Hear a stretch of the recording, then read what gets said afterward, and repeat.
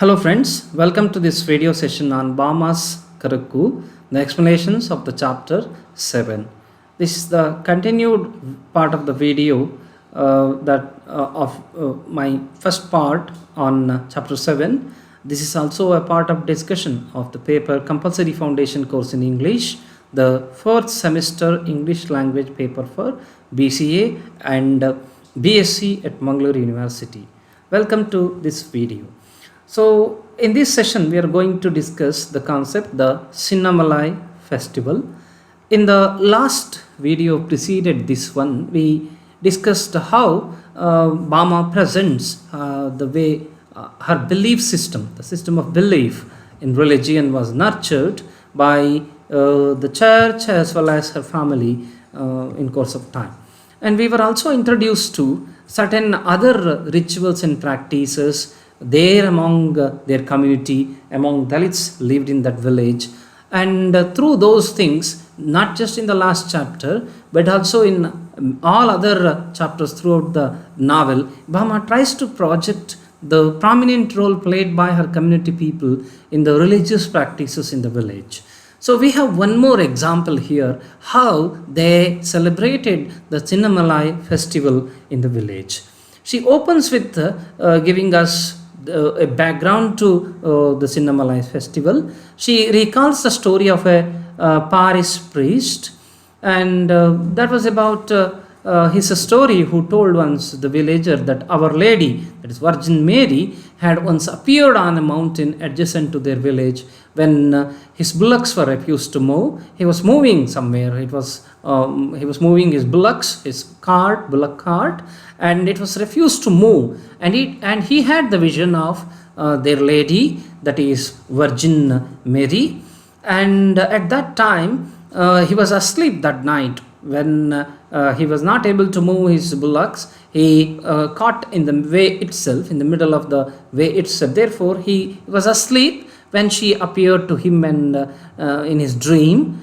In her dazzling appearance, we see the way God sent Holy Spirits, holy creature, holy images are there in any religion for that matter, a dazzling appearance, an aura surrounding their face. That kind of appearance can be seen in the artistic portrayal of our belief.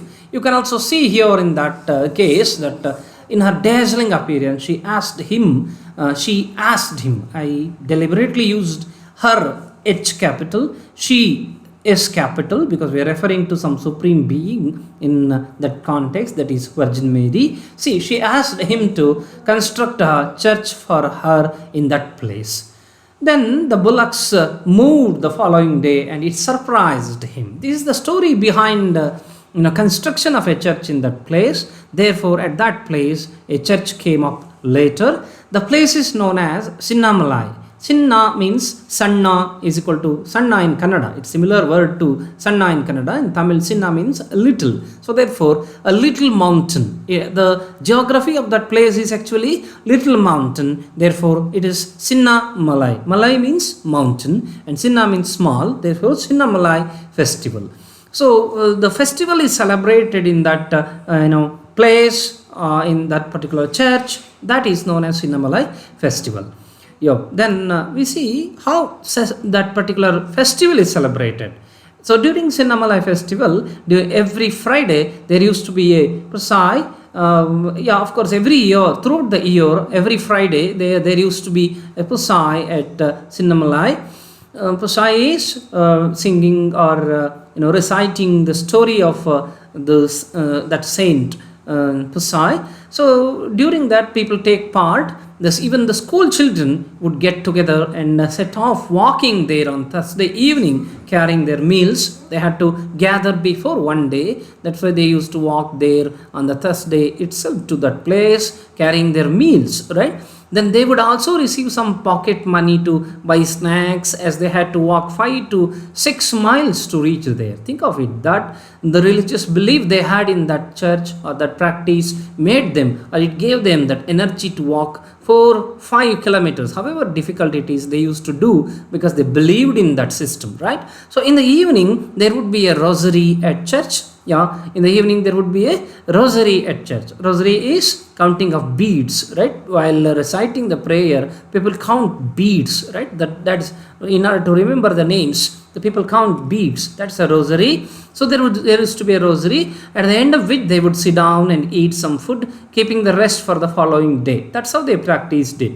And at the end, they would sleep on the church floor, spreading some, something. So then when they woke up the following day, they would clean their teeth with red brick powder. See, that's the way our ancient lifestyle was. Never people had these variety of colorful toothpaste. Then instead they used to use neem stick, for example, neem stem, for example, or even sometimes it is charcoal. Iddilanna ಬೇವಿನ ಕಡ್ಡಿಗಳನ್ನು ಬಳಸುವ ಒಂದು ಪದ್ಧತಿ ಇತ್ತು. You can also see here that red brick powder. I think we are returning to our old ancient era, because today's toothpastes are carrying advertisement saying that we have quality of charcoal, we have neem, we have cinnamon, variety of ilachi and all that, right? These things were once upon a time used in as part of these applying instead of paste. They were alternative to paste then. So here they used red brick powder to wash their teeth, wash their faces also, and they go to the Pusai. So what happens there at Pusai that we see here? After the prayers, they would pick some neem leaves also, put them in their tiffin boxes and bring them home. Yeah, it's interesting that there were neem leaves, and the children used to pick some neem leaf for their home. So that means neem is known for its value as a herb, and it's a good antiseptic herb also. People use it for many medicines also. You can see therefore neem was brought as part of the leaves of the neem was brought. Bama says that they believed that leaves were pure and holy, right? Look at the complementary thing. How people's belief go hand in hand with the scientific value here. Similar cases of tulsi, right? Tulsi plant. Even though tulsi is named in different way across the globe. In English they say it is basil, and they consider sometimes it as holy basil. So of course, basil plant or tulsi plant, that's holy for many, in many countries that's holy. The reason you can see probably, on the one hand it is religious belief why it is considered as. In Hinduism, tulsi is known as Vishnu Patni, right? The wife of Lord Vishnu, and people worship that considering that as goddess Tulsi. So that is a religious belief, but you can also see the herbal value of tulsi, right? That's a valuable plant that is used as medicine for many things, including curing fever, for example. So why I am telling you here is the belief among the people here is that neem was considered as pure and holy.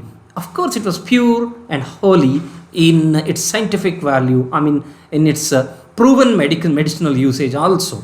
They were good as medicine too, that we should acknowledge here. And if we kept them at home, we would get we wouldn't get insect bites, right? Keeping neem stems and neem leaves, probably in grains for example, would keep the grain in good condition, right? Even at home, if you keep neem at home, they would prevent insects, right? Insect bites for example. So if they were tucked above the entrance to the house into the door frame, no pesasu nor ill will would come near. This was the belief among people.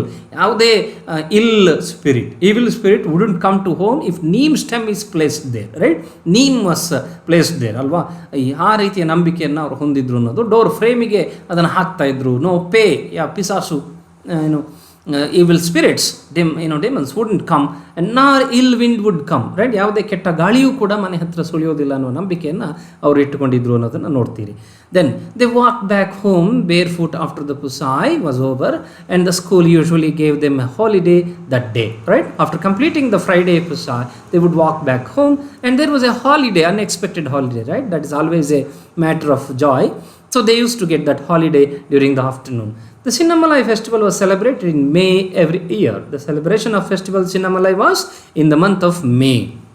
People would arrive in large numbers by buses and bullock carts Yeah, there were buses and bullock carts, rare number of, very rare number of cars it seems, and definitely there weren't many planes. It was only buses and bullock carts that supported the people's transportation. So then they celebrated the festival for 9 days. It was then Chinnamalai festival is celebrated for 9 days. The place would be bustling with life during that time. That's the way we see in many fairs, what we say jatre or fair.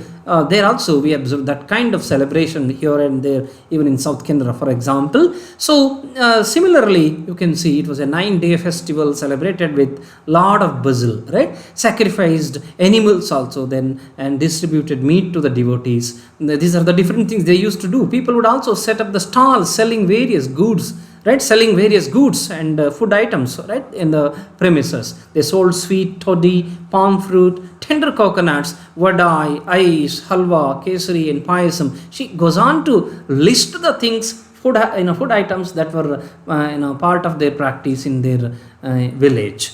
And as Bama says, the press of crowds would be unbearable. There is one note here again, how she had difficulty going to attend that festival. The press of, that means the crush, the gathering of the people, right? That created a kind of congested environment that actually unbearable for Bama, as she mentions. And then another thing we notice in the festival is that there was evening rosary and prayer in the church. They used to do that in the evening. Rosary is already clear to you. And after that, there was a Sapparam procession of the holy images of the beat of drums early in the morning. So you can see there was a Sapparam procession. Sapparam is similar to Kannada word chappara, right?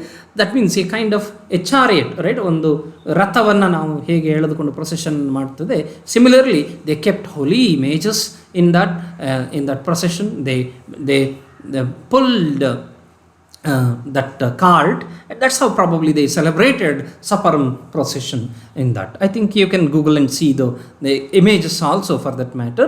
So the beat of the drum was there in the early morning itself. Then we can see some priests waited in the confession boxes as people, including Bama, made their confession on such a sacred day. People had to, they would do confession before the confession boxes. They would, let out their sin or their, guilts there. And the Gugai Posai began in the evening when the visitors would do their cooking. Everyone would be ravenous by the time, right? Because it was a very late time, delay in the process. People used to become ravenous. Ravenous means very hungry, right? They were very hungry and they wanted to eat something. Then they would then spread sheets on the floor and sleep there in the rows. After having their food, they would sleep on the floor, spreading some sheets. Also we see that the Chinnamalai festival, as she mentions, is still held every year, right? It is there even today. And Bama went there regularly before entering the convent, but she does not regret not going there now. She doesn't want to go there anymore. That means a tone of protest or a tone of rational tone again appears here at the end of the of this part of the chapter. Thus we will conclude the part as this part of the chapter reveals the celebration of the Chinnamalai festival, and she presents the process or things going on used to take place during the festival. And she also gives us that how her parents, grandparents and church nurtured her belief system, and the method of worshipping during the early year of childhood was nurtured in her. Also we came to know here that there is a reflection of how Bama was conditioned to think and follow the religious practices, though she found in them a little bit futility. Still she followed them, and she had to follow as a part of that. But her rational mind also questions some of the things as she narrates the thing, recollecting the past experiences of her life. Thank you for listening to this part of the video. We'll discuss the next part in the next video. See you.